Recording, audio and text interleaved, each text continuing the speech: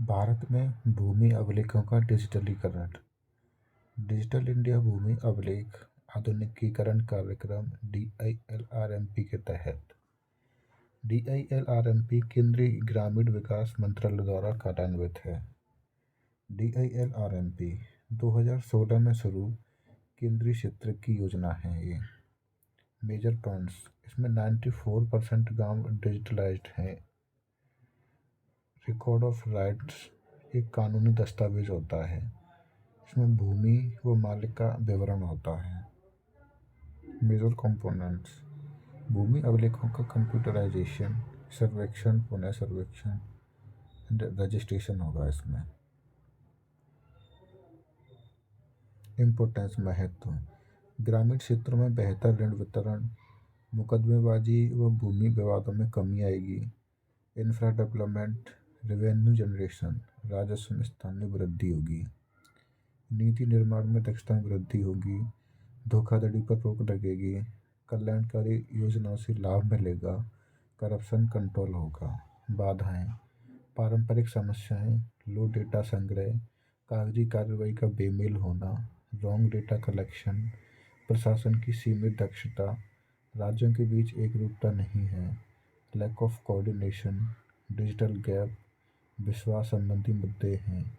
Data के leak होने पर साइबर हमलों का खतरा भी रहेगा इसमें। वे फॉरवर्ड आगे की राह सरकारी कर्मचारियों को व्यापक प्रशिक्षण दिया जाए। सॉफ्ट मैनेजमेंट सिस्टम लागू हो। भूमि का सर्वेक्षण व मानचित्रण किया जाए। डेटा ऑपरेशन हो। जागरूकता बढ़ाई जाए। डिजिटलाइजेशन को बढ़ावा देने के अन्य उपाय नेशनल जेनेरिक डॉक्यूमेंट रजिस्ट्रेशन प्रणाली आरंभ की गई। विशिष्ट भूखंड पहचान संख्या ULPIN जारी की गई जो 14 अंकों की होती है। भू नक्शा, स्वामित्व स्कीम, भूमि परियोजना कर्नाटका वो केंद्र द्वारा शुरू की गई थी। तेलंगाना की धरती परियोजना डेटा कलेक्शन के लिए। DILRMP के उद्देश्य कनेक्शन, लैंड रिकॉर्ड्स की निगरानी, निर्विवाद गारंटी प्रणाली की शुरुआत, ऑटोमेटिक रजिस्ट्रेशन की शुरुआत, लिखित व स्थानीय रिकॉर्ड्स का एकीकरण किया जाए। प्रिवेंटिव डिटेंशन राज्य को प्राप्त एक असाधारण शक्ति होती है प्रिवेंटिव डिटेंशन।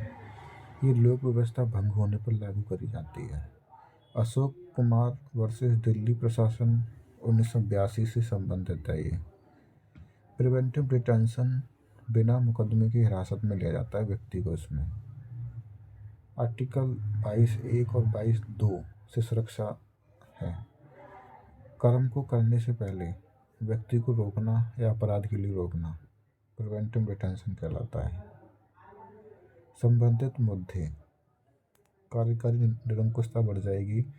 मौलिक अधिकारों का उल्लंघन होगा। दुरुपयोग 2018 से 21 में दोषसिद्धि की दर केवल 78.33% है। बस कार्यभार राजनीतिक प्रभाव सत्ता द्वारा दुरुपयोग करा जाएगा। व्यक्ति का उत्पीड़न होगा। वे फॉरवर्ड आगे की राह परामर्श व प्रतिनिधित्व का अधिकार जरूरी। सलाहकार बोर्ड का गठन किया जाए। स्वतंत्र निकाय निश्चय निष्पक्ष व सुनिश्चित कार्यप्रणाली न्याय त्वरित सुनवाई समय सीमा हो। संवैधानिक सुरक्षा प्रदान करी जाए। प्रिवेंटिव डिटेंशन के लिए आधार राज्य की सुरक्षा, भारत की सुरक्षा, आपूर्ति व आवश्यक सेवाओं की बहाली, लोक व्यवस्था को बनाए रखना, विदेशी मामले। गिरफ्तारी से प्रिवेंटिव डिटेंशन के खिलाफ उपाय अनुच्छेद 22(4), 22(3), आर्टिकल 22(1), 22(2), 22(7)(b। सुप्रीम कोर्ट के निर्णय AK गोपालन 1950 स्वीकृति दी गई। सिब्बल लाल वर्सेस यूपी वाद में, शंभुनाथ शंकर वर्सेस पश्चिम बंगाल वाद में।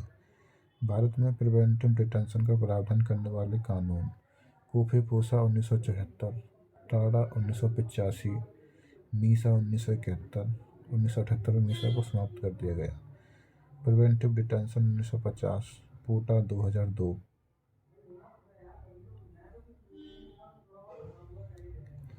राज्यपाल व मंत्रिपरिषद। अनुच्छेद 164। सीएम राज्यपाल की प्रसाद पर्यंत कार्य करेगा। शमशेर सिंह बनाम पंजाब राज्य 1970-74 में बोला गया तो राज्यपाल केवल मंत्रिपरिषद के अनुसार ही कार्य करेगा। राज्यपाल अपनी इच्छा से मंत्रियों को बर्खास्त नहीं कर सकता है। मध्यवर्ती व दिशा निर्देश तथा डिजिटल मीडिया आचार संहिता संशोधन 2022। Major provisions. शिकायत अपीलीय समितियां 3 महीने में गठित करी जाएंगी, जिसमें एक अध्यक्ष होगा, 2 पूर्णकालिक सदस्य होंगे। समयबद्ध कार्रवाई। 24 घंटे के भीतर शिकायत स्वीकार करी जाएगी और 15 दिन में शिकायतों का निपटारा करा जाएगा। विवाद समाधान तंत्र। मध्यवर्ती का दायित्व होगा। चिंताएं। सरकारी नियंत्रण ज़्यादा हो जाएगा, सरकारी दबाव ज़्यादा हो जाएगा। आईटी संशोधन नियम 2022 की जरूरत क्यों? सोशल मीडिया कंपनियों द्वारा स्वनियमन विफल रहा है। मजबूत शिकायत निपटान प्रणाली का अभाव। फेक न्यूज़ का प्रचालन में बढ़ोतरी। दुर्भावनापूर्ण पोस्ट करने से नफरत को बढ़ावा। शिकायत निवारण सूचकांक। उड़ाई 2 UIDAI 2016 में स्थापित एक वैधानिक प्राधिकरण है। इलेक्ट्रॉनिक्स एंड आईटी मंत्रालय द्वारा प्रशासित है। IR international relations. सिंधु जल संधि Indus water treaty IWT। Run of the river जल विद्युत परियोजना। नदियों से जल विद्युत का उत्पादन। किशन गंगा जल विद्युत परियोजना 2018 में शुरू करी गई थी। रतले जल विद्युत संयंत्र चिनाब नदी पर है।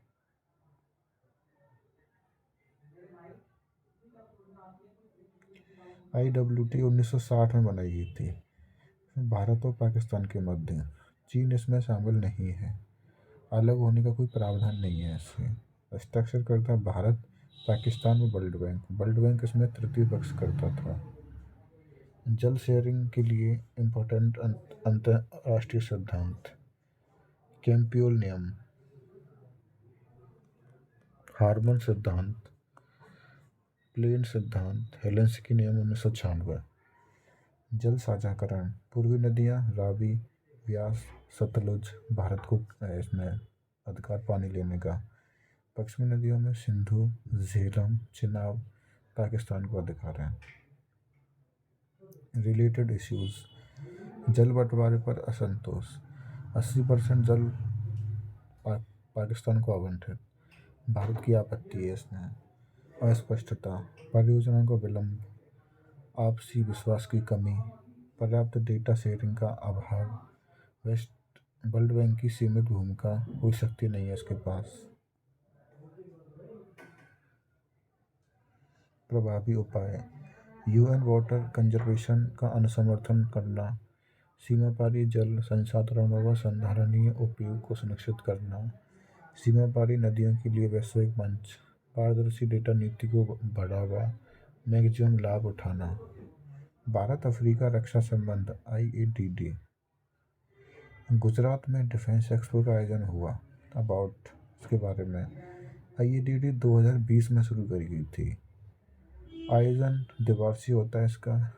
आपसी हित के सभी क्षेत्रों में प्रशिक्षण संबंधी सहयोग का समर्थन के लिए गांधीनगर घोषणा पत्र के रूप में अपनाया गया। महत्व। भू राजनीति। अफ्रीकी देशों के हितों को सुरक्षित करना। समुद्री सुरक्षा मेनली हिंद महासागर में। संचार के समुद्री मार्गों को सुरक्षित करना। आतंकवाद के विरुद्ध लड़ाई लड़ना। शांति अभियानों को समर्थन करना। रक्षा निर्यात को बढ़ावा। चीनी प्रभाव का मुकाबला करना। भारत अफ्रीका रक्षा संबंधों के समक्ष चुनौतियाँ। चीन की बढ़ती उपस्थिति, कम पूंजी आवंटन, हिंसक गैर राज्य अभिकर्ताओं का प्रभाव, तालमेल की कमी, समुद्री समस्याओं का खतरा। अफ्रीका में देशों के मध्य भीतरी संघर्ष। शुरू की गई पहलें। अफ्रीका भारत फील्ड अभ्यास 2019। भारत अफ्रीका रक्षा मंत्री का कॉन्क्लेव 2020, HDR अभियान, द्विपक्षीय संस्थागत तंत्र स्थापित करा गया है। आगे की राह, संपूर्ण अफ्रीका को एकल रूप में देखने वाले दृष्टिकोण को विकसित करना, द्विपक्षीय भागीदारी को बढ़ाना, सुरक्षा सहयोग को प्राथमिकता देना, परियोजनाओं व आवश्यकताओं को टाइमली पूरा करना, सहयोग के नए क्षेत्र खोजना, अफ्रीकी बाजारों में भारतीय रक्षा कंपनियों को बढ़ाना, बहुपक्षीय रक्षा सहयोग व कार्यक्रमों को आयोजित करना। संयुक्त राष्ट्र शांति स्थापना mission, UN peace keeping forcing mission, UN peace keeping mission. इसके बारे में पहला मिशन 1948 में हुआ था। पश्चिम एशिया में सैन्य पर्यवेक्षकों को तैनात किया गया था। इसमें उद्देश्य इसका संघर्ष से प्रभावित देशों में स्थायी सुरक्षा सेना व शांति बनाना। मैंडेट्स हैं इसके, शांति व सुरक्षा को बनाए रखना, नागरिकों की रक्षा, मानवाधिकारों को बढ़ावा देना, सैन्य विघटन, राजनीतिक प्रक्रियाओं को सुगम बनाना, किसी देश में शांति स्थापना मिशन भेजना। निर्णय यूएनएससी द्वारा होंगे। यूएन पीस कीपिंग के 3 सिद्धांत, सहमति, कंसेंट, निष्पक्षता, बल का प्रयोग न करना। यूएन शांति रक्षक सैन्य कर्मियों की उत्तरदायित्व, नागरिकों की सुरक्षा, संघर्षशील देशों में सुरक्षा, चुनाव के दौरान सुरक्षा, सैनिकों की सहायता, निगरानी, विवादित सीमाओं की निगरानी करना। ब्लू हेलमेट्स, ये यूएन के सुरक्षा कर्मी हैं। मिशन की प्रासंगिकता, विकल्पों का अभाव, उच्च लागत व लाभ रेशो, वे केवल 0.4% करा जाता है, खतरों में वृद्धि। शांति स्थापना में मिशनों की भारत की भूमिका। भारत सेकंड योगदान करता है यूएन पीस कीपिंग में। भारत लैंगिक शोषण व दुर्व्यवहार ट्रस्ट में योगदान करने वाला पहला देश है। 2.5 लाख से ज़्यादा सैनिक भेजे हैं भारत ने।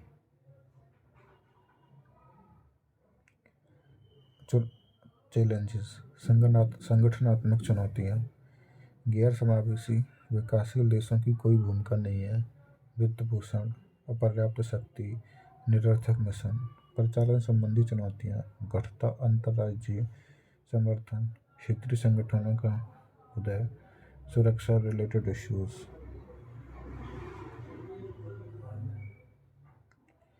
भारत के लिए यूएन शांति स्थापना मिशनों की प्रासंगिकता, ये अंतरराष्ट्रीय शांति की दिशा में भारत की प्रतिबद्धता को दर्शाते हैं। आतंकवाद क्षेत्रीय को नियंत्रित करने में सहायक हैं। समुद्री व्यापार, विदेशी व्यापार को बढ़ाने में मदद करते हैं। यूएनएससी में भारत की स्थायी सदस्यता को मजबूत करने के लिए पुख्ता करते हैं। भारतीय डायस्पोरा के महत्व का सहयोग, विभिन्न क्षेत्रों में सामरिक उपस्थिति बढ़ाना, युद्ध प्रभावित पक्षकारों में सद्भावना की आवश्यक सहयोग बढ़ाना। वित्तीय कार्रवाई कार्यबल FATF, financial action task force, Pakistan को ग्रे लिस्ट से हटाया गया, जून 2018 में शामिल करा गया था। Other fact, FATF inter governmental organisation है, अंतर सरकारी संगठन। स्थापना 1989 में पेरिस में G7 सम्मेलन में। धन शोधन से उत्पन्न खतरों से निपटने हेतु। सदस्यता 37 देश प्लस 2 क्षेत्रीय संगठन, खाड़ी व यूरोपीय संघ आयोग शामिल है इसमें। भारत इसमें 2010 में शामिल हुआ था। रिकमेंडेशंस, मनी लॉन्ड्रिंग से निपटने हेतु 40 सिफारिशें की थी। ब्लैक एंड ग्रे लिस्ट आधिकारिक शब्दावली में मौजूद नहीं है यूएन की में। FATF की सिफारिशों में शामिल प्रमुख उपाय, आपराधिक न्याय व विनियामक प्रणालियों के तहत शामिल उपाय, सक्षम प्राधिकारों की स्थापना, सहयोग व निवारक उपाय, पारदर्शिता लाने वाले उपाय।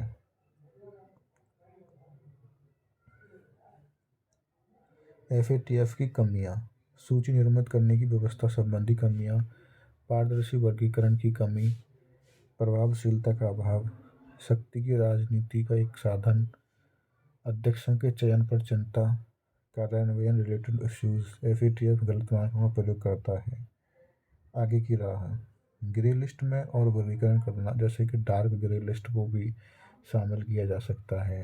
एफएटीएफ को ज़्यादा प्रतिनिधि युक्त बनाना, जैसे पारदर्शी व खुली प्रतिस्पर्धी प्रणाली को विकसित करना, सचिवालय की स्वतंत्रता, नए उभरते खतरों को शामिल करना, नीतिगत सलाह व तकनीकी सहायता देना।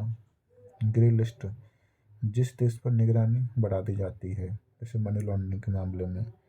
ब्लैक लिस्ट, देश कार्रवाई जरूरी हो जाती है, जैसे आतंकवाद के मामले में।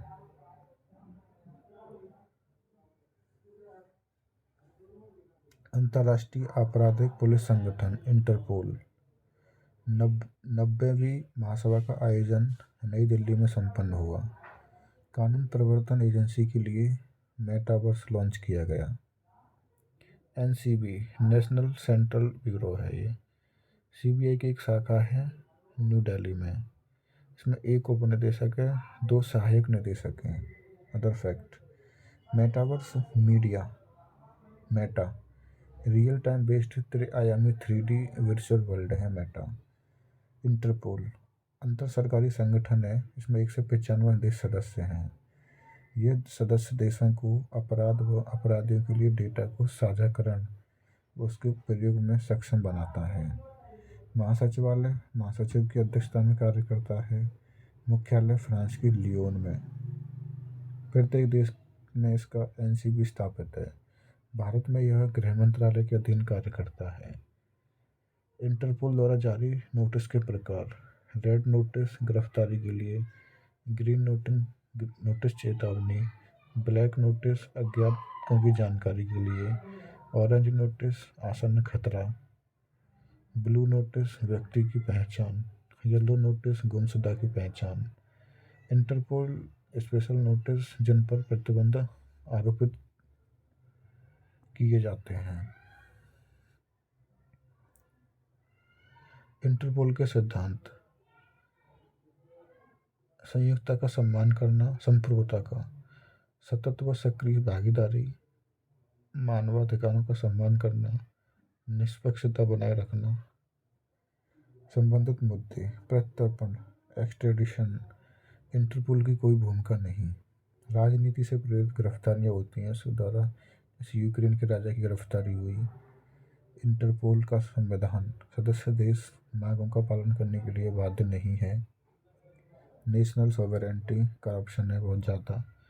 आईटी डार्ट, इंटरपोल द्वारा लॉन्च किया गया एक मोबाइल ऐप है, IDART। वे फॉरवर्ड, पर्याप्त शक्तियाँ देना इंटरपोल को, संविधान में संशोधन करना, पुलिस रिफॉर्म्स करना, रेड नोटिस जारी करना।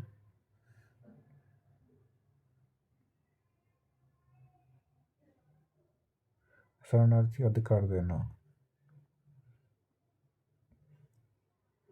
नॉर्ड स्ट्रीम, प्राथमिक गैस पाइपलाइन नेटवर्क है नॉर्ड स्ट्रीम। इससे बाल्टिक सागर से रूस से जर्मनी तक गैस पहुंचाई जाती है। नॉर्ड स्ट्रीम 1 1224 किलोमीटर है रूस से जर्मनी। नॉर्ड स्ट्रीम 2 1200 किलोमीटर है रूस से जर्मनी। इम्पोर्टेंस, किफ़ायती व पर्यावरण अनुकूल, यूरोप में ऊर्जा उपलब्धता, क्षेत्रीय विकास में सहायक। ये नॉर्ड स्ट्रीम।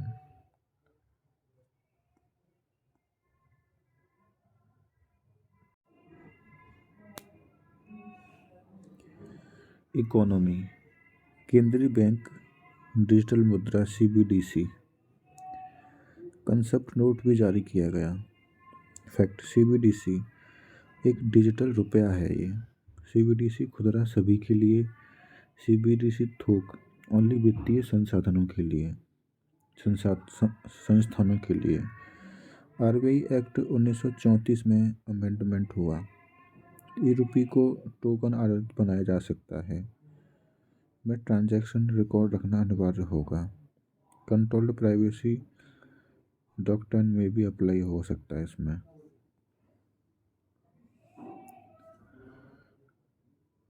पायलट प्रोजेक्ट में शामिल bank 9, SBI, bank of Baroda, Kotak Mahindra, yes bank, IDFC, HSBC, ICICI, HDFC और यूनियन बैंक। CBDC जारी करने वाले model: single tier model, digital currency जारी करने tier 2 model, indirect model, CBDC प्रदान करने का दायित्व अध्यक्ष पर, हाइब्रिड मॉडल, केंद्रीय बैंक अन्य संस्थाओं द्वारा CBDC जारी करी जाएगी। अबाउट CBDC: सेंट्रल बैंक द्वारा डिजिटली जारी की गई एक वैध मुद्रा है। फिएट करेंसी है, सरकार द्वारा जारी मुद्रा।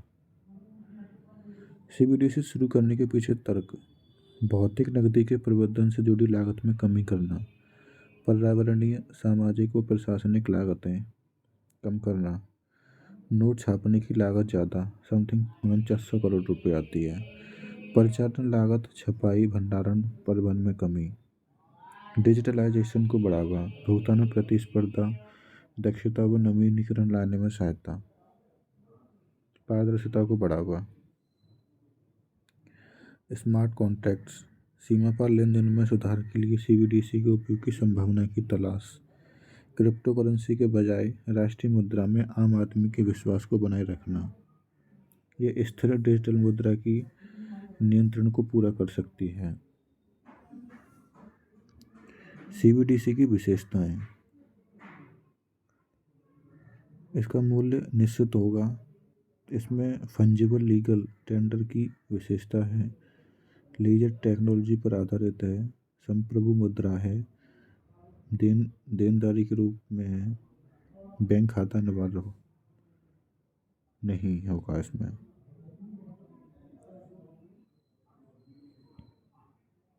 चुनौतियाँ: साइबर हैकिंग व रिलेटेड खतरे, निजता के लिए खतरा, मौद्रिक नीति पर प्रभाव, सीमा पार लेन देन से किसी और मुद्रा का डिजिटल मुद्रा की जगह लेना, बैंक ऋण की उपलब्धता पर प्रभाव, अनावश्यक अस्थिरता, प्रौद्योगिकी की निम्न स्थिति।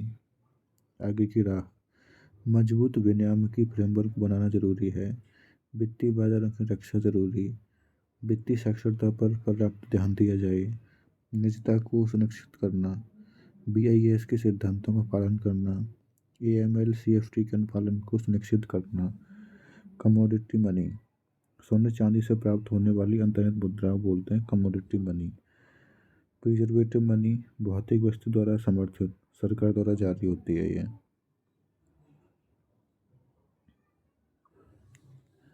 रुपये का अंतर्राष्ट्रीयकरण, internalization of rupee. Major points: अंतर्राष्ट्रीय व्यापार रुपये में होगा।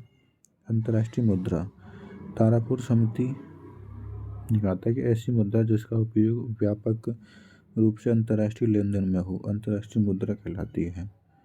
डॉलर सबसे ज़्यादा उपयोग होता है, सेकंड यूरो का स्थान है।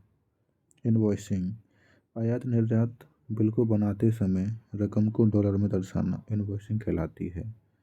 पूंजी खाते में पूर्ण परिवर्तनीयता: सभी स्थानीय वित्तीय परिसंपत्तियों को विदेशी वित्तीय परिसंपत्तियों में बदलने, तो इसी तरह विदेशी वित्तीय परिसंपत्तियों को स्थानीय परिसंपत्तियों में बदलने की स्वतंत्रता को बोलते हैं पूंजी खाते में परिवर्तनीयता। वर्तमान में भारत में पूंजी खाता परिवर्तनीयता और चालू खाता परिवर्तनीयता लागू है। विदेशी मुद्रा को घरेलू और घरेलू मुद्रा को विदेशी में बदलने की स्वतंत्रता चालू खाता परिवर्तनीयता कहलाती है।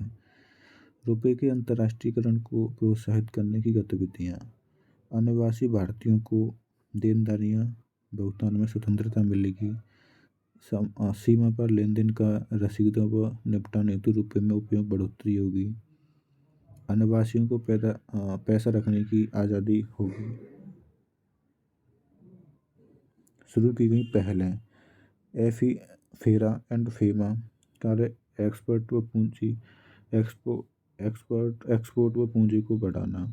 उठाए गए कदम: रुपये में सीमा पर उधारी, रुपये में व्यापार निपटान, करेंसी स्वैप, अब तक 23 देशों के साथ हस्ताक्षर हो चुके हैं, वेस्टो खातों के माध्यम से व्यापार होगा।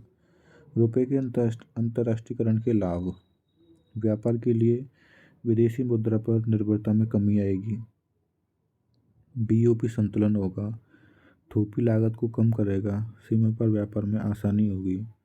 विभेदक ब्याज दर, दो देशों की मुद्राओं के बीच ब्याज दरों का अंतर होता है विभेदक ब्याज दर। अर्थव्यवस्था पर पड़ने वाले प्रभावों में कमी आएगी। व्यवसाय करने की लागत में कमी आएगी, जोखिम को कम करेगा। भारत का वैश्विक कद व सम्मान बढ़ेगा, चालू खाता घाटे में सुधार होगा। चुनौतियाँ, घरेलू मौद्रिक नीति को प्रभावित करेगा, ब्याज दरों पर प्रभाव पड़ेगा। खुली अर्थव्यवस्था में इम्पॉसिबल ट्रिनिटी को बढ़ावा मिलेगा। पुनर्वित्तीयन का जोखिम बढ़ेगा। विनिमय दर की अस्थिरता बढ़ सकती है। आगे की राह, दक्ष बाजार निर्माण जरूरी, पूंजी प्रवाह का पूंजी प्रबंधन किया जाना चाहिए। फॉरेन करेंसी रिजर्व के लिए रुपये को स्वीकृति बढ़ानी चाहिए। भारत की उत्पादकता संबंधी चुनौतियाँ, भारतीय उत्पादकता रिपोर्ट सेंटर फॉर डेवलपमेंट और इकोनॉमिक्स द्वारा जारी। उत्पादकता, उत्पादन प्रक्रिया में वस्तुओं व सेवाओं के आउटपुट व इनपुट का अनुपात उत्पादकता कहलाती है।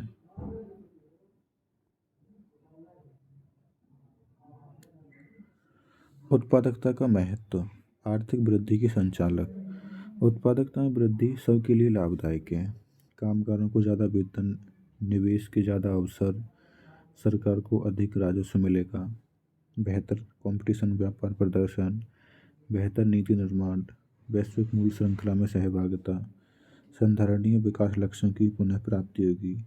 भारत में कम उत्पादकता के कारण कुशल लेबर का अभाव, डेटा की अनुपलब्धता, कुशल प्रबंधन प्रणाली को अपनाने में कमी, पुरानी विनिर्माण प्रक्रिया, नवाचार का कुछ ही कंपनियों तक सीमित होना, असंगठित क्षेत्र व फर्मों का आकार।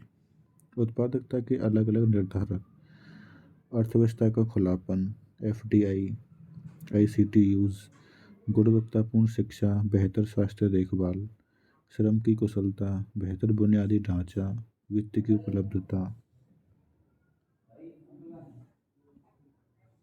आगे की राह, व्यापार और निवेश संबंधी प्रतिबंधों को कम करना, कंपनियों के आकार को बढ़ाने के लिए प्रोत्साहन, प्रशिक्षण की क्वालिटी में सुधार करना, आईसीटी में निवेश किया जाए, विनिर्माण क्षेत्र को बढ़ाना, शिक्षा में सुधार, एफडीआई एक्सपेंड करना, इंफ्रा रिफॉर्म्स, नवाचार को बढ़ावा।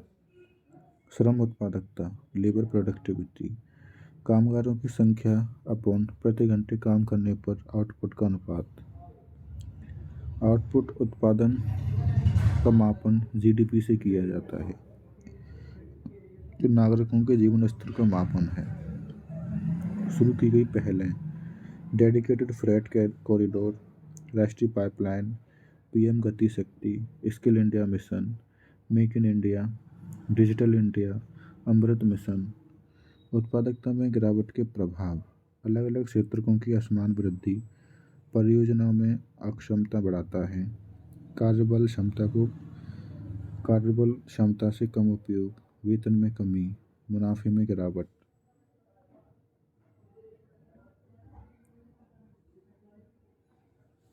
Open network for digital commerce, ONDC, beta testing है, ये बेंगलुरु में शुरू करी गई। ओएनडीसी वाणिज्य मंत्रालय के अंतर्गत उद्योग और आंतरिक व्यापार संवर्धन विभाग की पहल है। यह ऐप या सॉफ्टवेयर नहीं है। 2021 में गैर लाभकारी संगठन के रूप में स्थापित करा गया था। ये उद्देश्य वस्तुओं व सेवाओं के लेन देन संबंधित सभी रूपों के लिए ओपन नेटवर्क को बढ़ाना। भारत में ओएनडीसी का महत्व, एक आधिकारिक प्रवृत्तियों को समाप्त करना, उपभोक्ताओं के हितों को अच्छा बनाना, जैसे चयन की स्वतंत्रता मिलेगी। ऑनलाइन खरीदारी में भारत से थर्ड स्थान पर है, पहला चीन है, सेकंड यूएसए। स्थानीय व्यवसायों को औपचारिक बनाना, ग्रोथ एंड डेवलपमेंट, एमएसएमईज को प्रोत्साहन, पारदर्शिता को बढ़ाना, नवाचार को बढ़ाना, आपूर्ति श्रृंखला बेहतर होगी, बाजारों के लिए परिचालन मानकीकरण करना। ओएनडीसी के नेटवर्क भागीदार, खरीदार पक्ष में Paytm mall, IDFC, Kotak, PhonePe, बहुपक्षीय कंपनी माइक्रोसॉफ्ट, विक्रेता पक्ष जोमेटो, स्नैपडील। उद्देश्य ई कॉमर्स का लोकतांत्रिक व विकेंद्रीकरण करना, समावेशिता को बढ़ाना, उपभोक्ताओं की स्वतंत्रता, विकल्पों को चुनने में वृद्धि करना।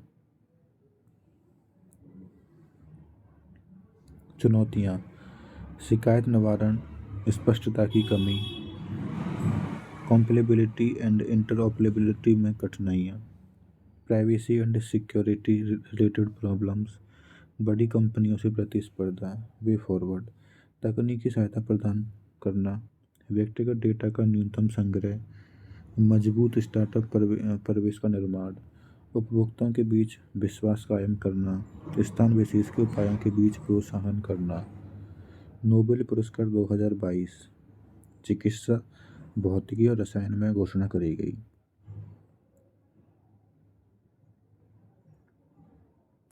अबाउट नोबेल: स्वीडन के स्टॉकहोम में स्थित नोबेल फाउंडेशन द्वारा दिए जाते हैं। 1901 में पहली बार दिए गए। पुरस्कार विजेता लॉरिएट्स कहलाते हैं। 5 श्रेणियों में प्रदान किए जाते हैं: भौतिकी, रसायन, चिकित्सा, साहित्य, शांति, मानव कल्याण के लिए भी। 6ठी श्रेणी है अर्थात अर्थशास्त्र में Nobel, royal bank of Sweden द्वारा दिया जाता है। भौतिकी, रसायन, अर्थशास्त्र में Nobel, royal Swedish academy of sciences द्वारा दिया जाता है। साहित्य में नोबेल स्टॉकहोम में स्थित स्वीडिश अकादमी द्वारा दिया जाता है। चिकित्सा में नोबेल कैरोलिंस्का इंस्टीट्यूट द्वारा दिया जाता है। अधिकतम 3 लोगों को दिया जाता है एक साल में। भारत में नोबेल पर नजर डालें तो मदर टेरेसा को मिला था 1979 में, रविंद्रनाथ टैगोर को 1913 में, अमर्त्य सेन को 1998 में, हरगोविंद खुराना को 1968 में, अभिजीत बनर्जी को 2019 में अर्थशास्त्र में, कैलाश सत्यार्थी को 2014 में शांति में।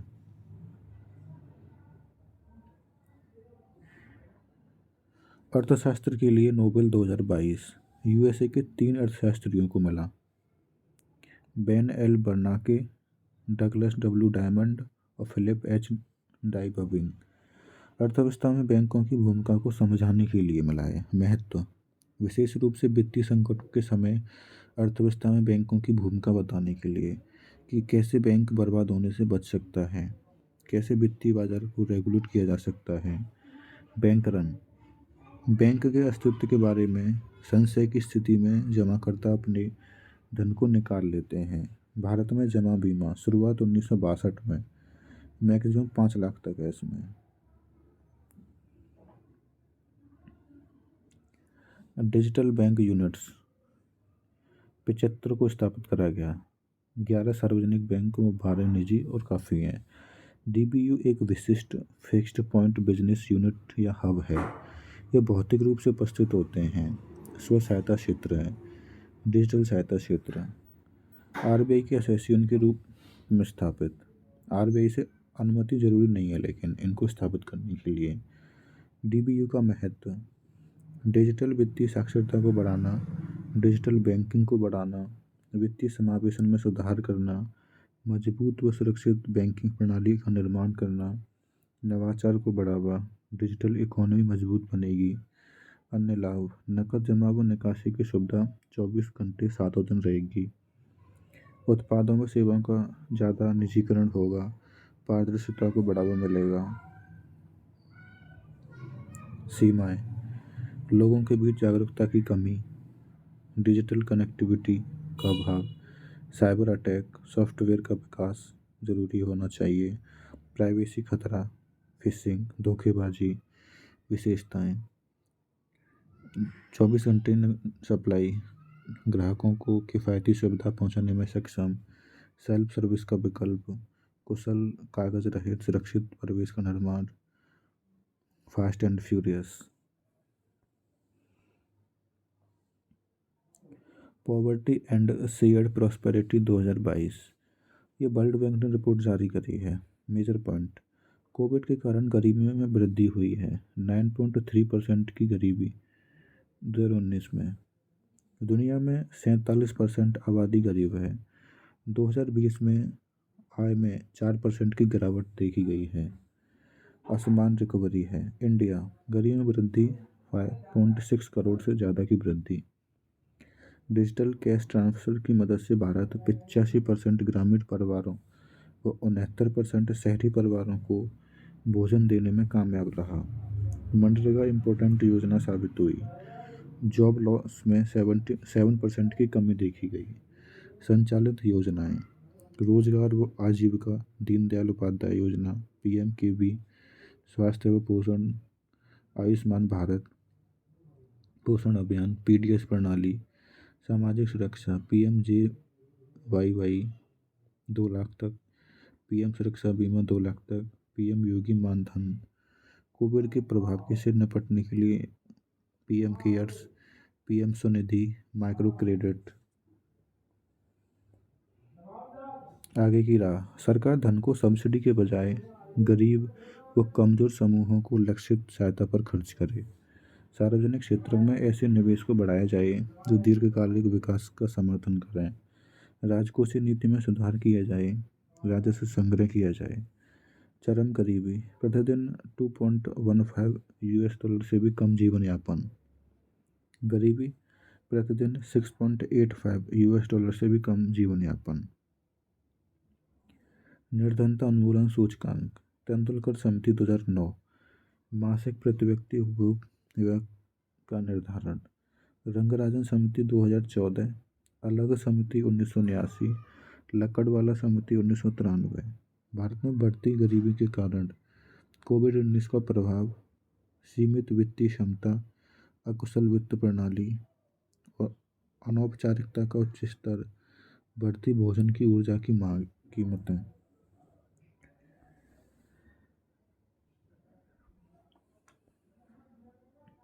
प्रधानमंत्री कौशल विकास योजना: कौशल विकास व उद्यमिता मंत्रालय एमएसडीई द्वारा संचालित।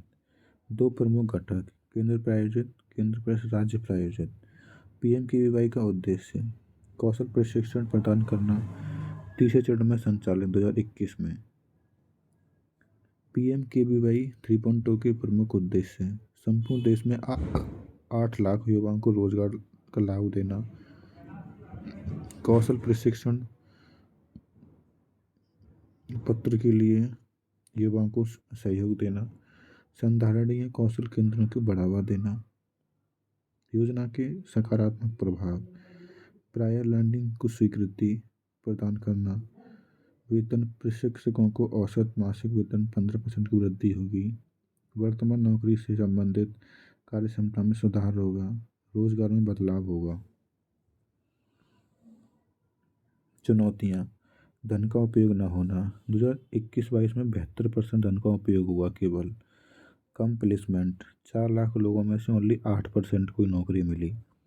असीम पोर्टल का खराब प्रदर्शन, ग्रामीण शहरी असमानता, धन जारी करने में विलंब, प्रशिक्षकों का अभाव, भुगतान में देरी, कार्यात्मक ऑनलाइन प्रबंधन प्रणाली का अभाव, हाई ड्रॉप आउट रेट। मुख्य घटक: अल्पावधिक प्रशिक्षण, निगरानी, कौशल व रोजगार मेला, प्लेसमेंट संबंधी सहयोग। आगे की राह: रिपोर्ट की सिफारिशें।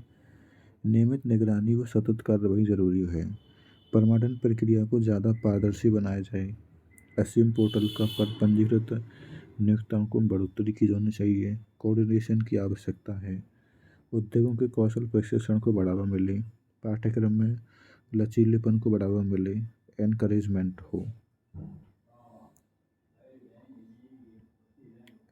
कोयला लॉजिस्टिक्स नीति 2022 का मसौदा। उद्देश्य: वर्तमान कोयला निकासी अवसंरचना में व्याप्त कमियों की पहचान तथा उनका आकलन करना में दूर करना, पर्यावरण अनुकूल परिवहन को भी सुनिश्चित करना, तकनीकी रूप से सक्षम, एकीकृत, लागत प्रभावी, लचीली, टिकाऊ, भरोसेमंद लॉजिस्टिक प्रणाली बनाना। कोल विजन 2030 की शुरुआत 2017 में करी गई थी। रणनीति: स्मार्ट कोल लॉजिस्टिक्स कॉरिडोर, परिवहन पर मांगों पर multi project banana. Rights of way ROW, कोयले की ढुलाई के लिए समर्पित रेल व सड़क मार्ग बनाना। रेल नेटवर्क को युक्तिसंगत बनाना। वे फॉरवर्ड, कोयला गैसीकरण पर ध्यान देना, रेलवे नेटवर्क का पुनर्संगठन, रेलवे व बुनियादी ढांचे में सुधार करना, अनुसंधान व अन्वेषण, डेडिकेटेड प्राइवेट लाइन्स, सभी हितधारकों को संगठित करना। कोयला लॉजिस्टिक्स नीति 2022 के उद्देश्य। कोयले की रिकवरी के लिए पर्याप्त अवसंरचना की उपलब्धता सुनिश्चित करना, परिवहन लागत कम करना, कोयले की कुल लागत को अनुकूल बनाना, मल्टी मॉडल बनाना, आईसीटी सहयोग, समावेशिता को बढ़ाना, हरित परिवहन साधनों को बढ़ावा देना। कोयला लॉजिस्टिक नीति की आवश्यकता क्यों? कोयला निकासी अवसंरचना को बेहतर बनाने के लिए, निवेश को आकर्षित करना, 2030 तक प्रति 1500 मिलियन टन घरेलू कोयला उत्पादन क्षमता हासिल करने हेतु, माल ढुलाई की लागत में कमी लाकर कोयला में क्षेत्र को प्रतिस्पर्धा बनाना। कोयला निगरानी की चुनौतियाँ, रेल नेटवर्क में भीड़ की समस्या, लॉजिस्टिक अवसंरचना में निवेश की कमी, सीमित कोयला परिवहन, सीमित लॉजिस्टिक्स प्लानिंग, कोयले की उच्च लागत।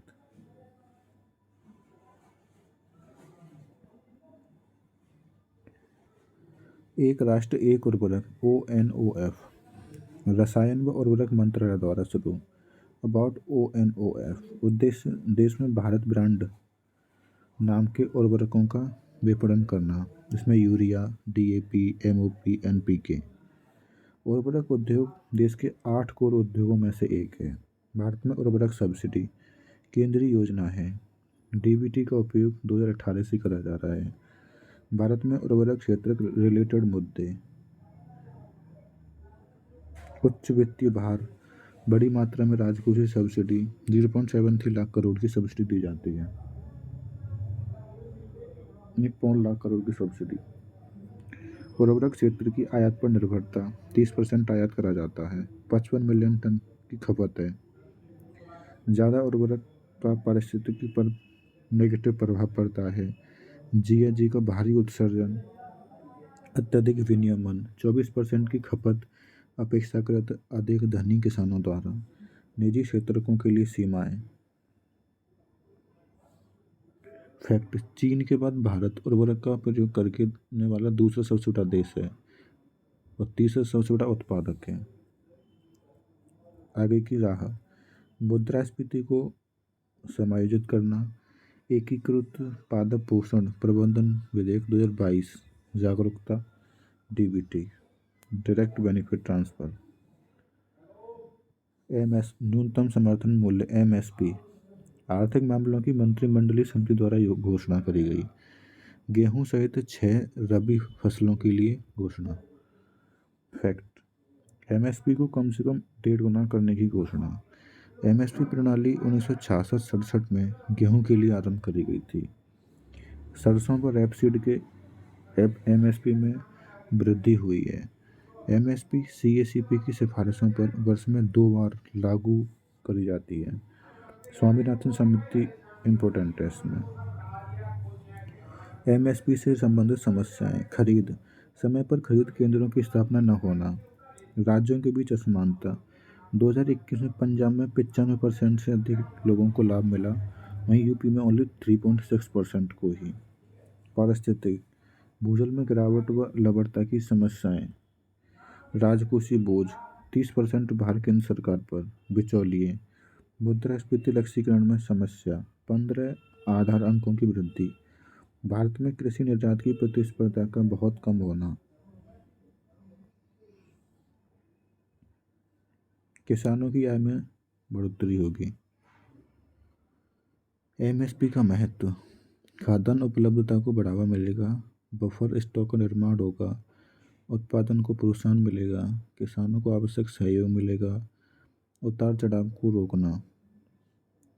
वे फॉरवर्ड, खरीद प्रक्रिया में सुधार, उपयुक्त कानून का निर्माण हो, स्थिरीकरण कोष का निर्माण हो, क्षेत्रानुसार योजना बने, आय समर्थन मिले, खरीद हस्तक्षेपों के विविधीकरण में वृद्धि हो, घरेलू व अंतर्राष्ट्रीय मूल्य की स्थिति हो। MSP द्वारा का निर्धारण करने के लिए दौरान CACP द्वारा विचार करने जाने वाले कारक, उत्पादन की लागत, जिन्स की मांग व आपूर्ति स्थितियाँ, उपभोक्ताओं का MSP पर प्रभाव, व्यापारिक शर्तें, अंतर फसल मूल्य समता, घरेलू व अंतर्राष्ट्रीय मूल्य की स्थिति।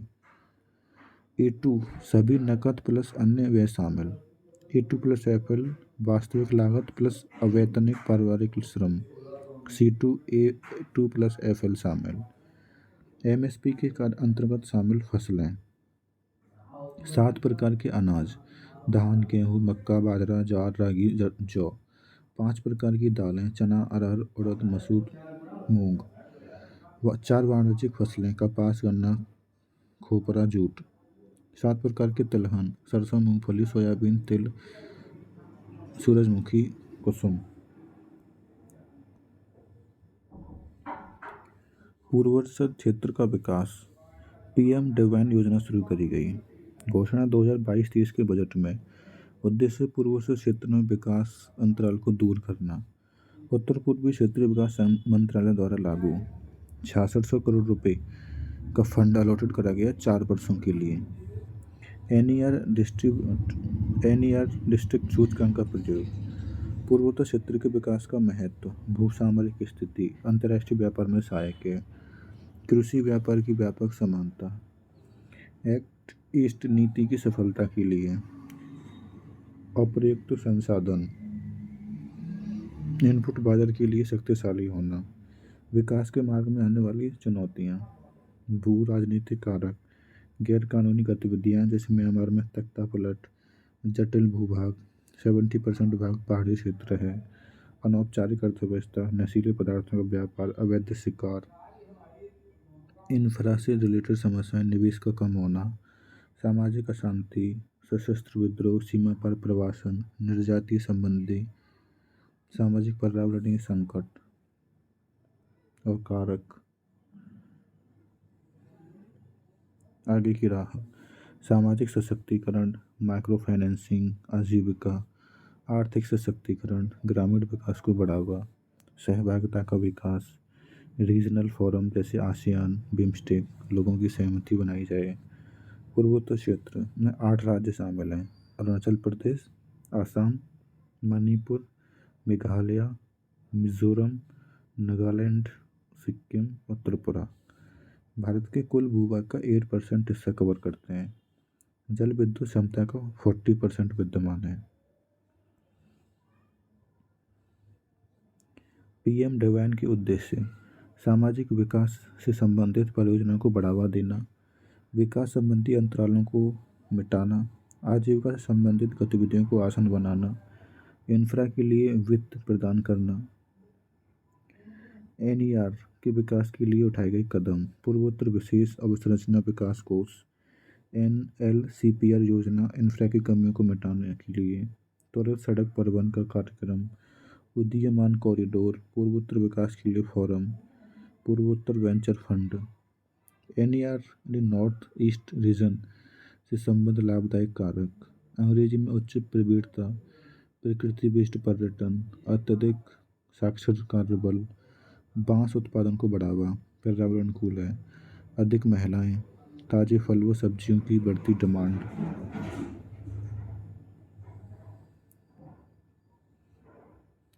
Logistics ease across difficult states LEADS 2022 survey report. LEADS report वाणिज्य व उद्योग मंत्रालय द्वारा की गई जारी। लीड्स स्वचालित डेटा संचालित सूचकांक है। लॉजिस्टिक क्षेत्र की सेवा बढ़ाने के लिए पहली बार 2018 में लॉन्च करा गया था। Main conclusion. वर्गीकरण आधारित ग्रेडिंग प्रणाली को अपनाया गया। लीड्स का महत्व। सेवाओं की दक्षता का संकेतक, आवश्यक उपाय सुझाता है, उपायों की पहचान करता है। 3 श्रेणियाँ। अचीवर्स 90% अंक, Haryana, Himachal Pradesh, UP, Uttarakhand. Fast movers 80% अंक, MP, राजस्थान। एस्पायर्स 80% से कम, बिहार, झारखंड। सिफारिशें। राज्यों को अपनी लॉजिस्टिक नीति बनानी चाहिए। शिकायत निवारण प्रणाली बनाई जाए। समर्पित भूमि बैंक की स्थापना करी जाए।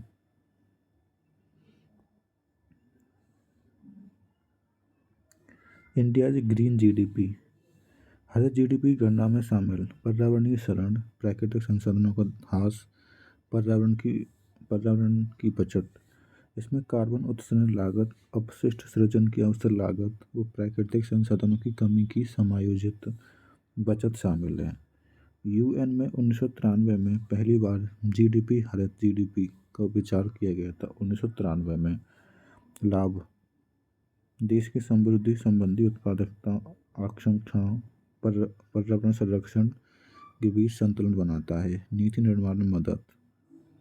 डूम लूप सुविधता का एक चक्र है। ये बैंकिंग प्रणाली प्रभावित होती है, इससे बैंकों को नुकसान होता है, कर की दरें बढ़ जाएंगी डूम लूप के द्वारा।